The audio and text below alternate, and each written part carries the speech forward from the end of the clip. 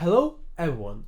So today, after 8 months of usage, I'm going to review and give my honest opinion about this keyboard, which is Drop Alt Low Profile. So, without further ado, let's start the video. So firstly, what comes to the package? The first thing opening the board you will see is a wire keycap puller, which is much better than those cheap plastic ones, which is nice for Drop to include. These tends not to scratch the sides of your keycaps. If you are a more rough type of keycap puller and are really concerned about keycaps and metal touching each other, you can wrap some tape over the wire keycap puller to be more rough without worries with your keycap pulling. They also include switch puller, which is quite rigid. Being rigid, it has some cons and pros. For example, I like to use included switch puller for all of my boards sometimes. So con is that it is quite challenging to use it on other keyboards, which has high profile design because it tends to interfere with size of the board. On the plus side, it doesn't bend as much as other cheaper switch pullers and you can feel more comfortable taking out the switch. You also get some magnetic feet to make your keyboard have some kind of angle and a rubber cable.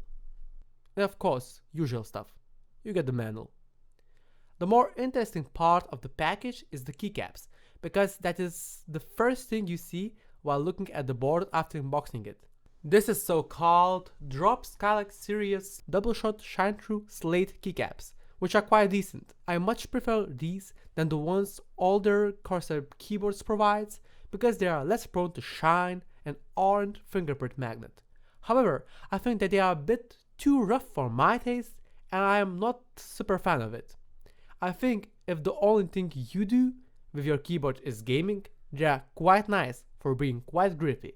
But for long typing sessions, I like more smoother keycaps, which lets your finger to glide. The legend quality is decent, a bit better than N Pro 2, but it isn't as good as double shot GMK keycaps. Overall, they are very decent starting keycaps. The ones I'm using right now are GMK keycaps, Olivia ++ to be more specific. On Drop Alt cherry profile keycaps and switches you choose to use must be compatible in order to have good experience. More about it just in the switch segment of review. So here we come to switch portion. Drop offers on their site you these switches: Halo True, Halo Clear, Box White, MX Blue, MX Brown, which can vary depending when you are watching this video. Drop Alt is using plate mount switches. So you have 5-pin switches, you have to remove 2 of those prongs to have it compatible on this board. I personally chose Halo True, which are heavy mid-tactile switch. If you want similar switch to Halo True, Halo Clear is basically a version of it with larger spring.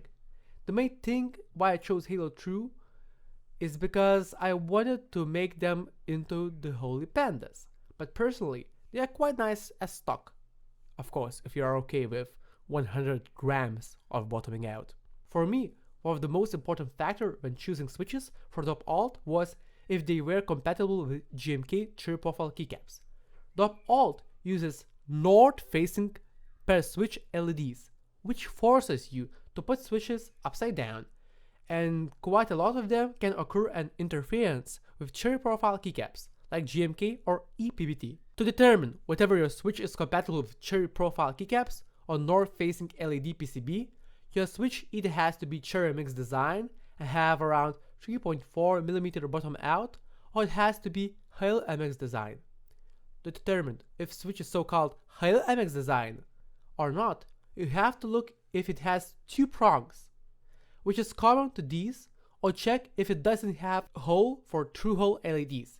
If you have a hole for true hole LEDs and a lot of little prongs on side, it means it is cherry mix design switch. Some examples of these compatible switches with GMK cherry profile keycaps from Keihua design are Halo True and Halo Clear, and from MX style design, Cherry MX Speed, Holy Panda, Gato Leo Inc. There are more compatible switches, but you have to do your own research for that.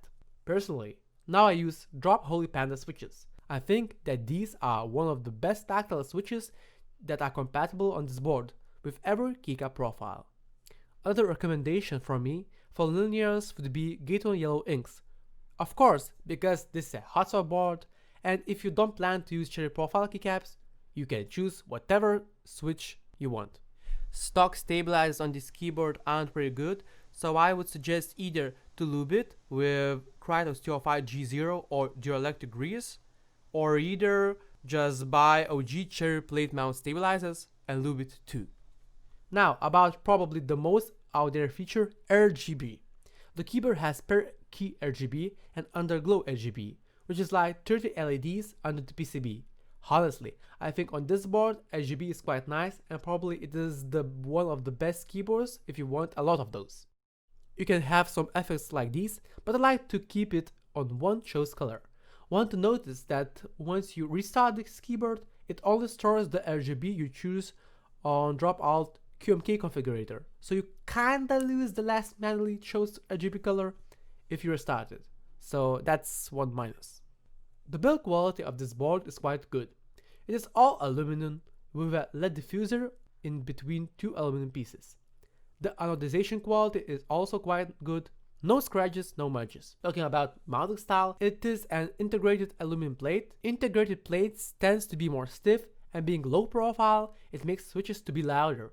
It really comes down to personal preference if you like this kind of mounting style. This is an upgrade from tray mount because integrated plates have more consistent sound throughout the board, but it also makes that sound quite rigid, so it may not be as good as top mount. Personally, I quite like it, but top mount design is probably the one I like a bit more. But I can really feel it is an upgrade from tray mount. Talking about PCB, probably one of the most important features of it is for it being hot swap. This board uses Hale hot swap sockets, which are probably the most comfortable to use and are better than Otemu ones, which are only Otemu switch compatible, but not as good as Milmax, which are made out of metal rather than plastic, as Hale ones. Personally, I really like how it is comfortable to use Hale hot swap sockets, and I think if you are careful with it, everything will be fine.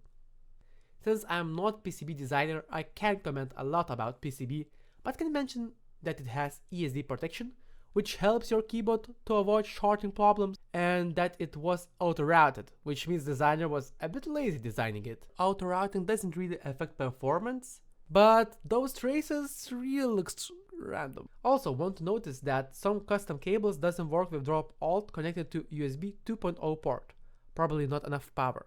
Unless you use more powerful 3.0 USB port on your computer, with it works. I also want to notice that it has two USB-C ports, which you can use for either plugging in the board to work or to use it as USB 2.0 hub for your mouse, USB flash devices, and so on. Overall, it's a really good starting keyboard, a board with enthusiast grade features for lower side of enthusiast grade price. So for the pluses, it has good anodization quality on this aluminum case, tons of RGB LEDs, decent keycaps, rigid build quality, a bit better PCB plate mounting style, variety of starting switches to choose, wire keycap puller, 2 USB ports, and magnetic feeds. It also has some cons, so the first one could be north-facing LEDs, which can limit what keycaps you can choose. Also, after restarting the computer, LED effects are also restarted, so they are not saved. Another thing is that this keyboard comes with a bit too thick switch puller and limited drop take on QMK configurator. So mainly the cons goes to a bit lazy PCB design. Do I recommend this board? Yes, because I still think it's a good starting enthusiast kind of great keyboard for both gaming and typing, despite some PCB design oversights. So thanks for watching. I hope you liked this video. Subscribe for more videos like that, like, share, comment, and see you people next time.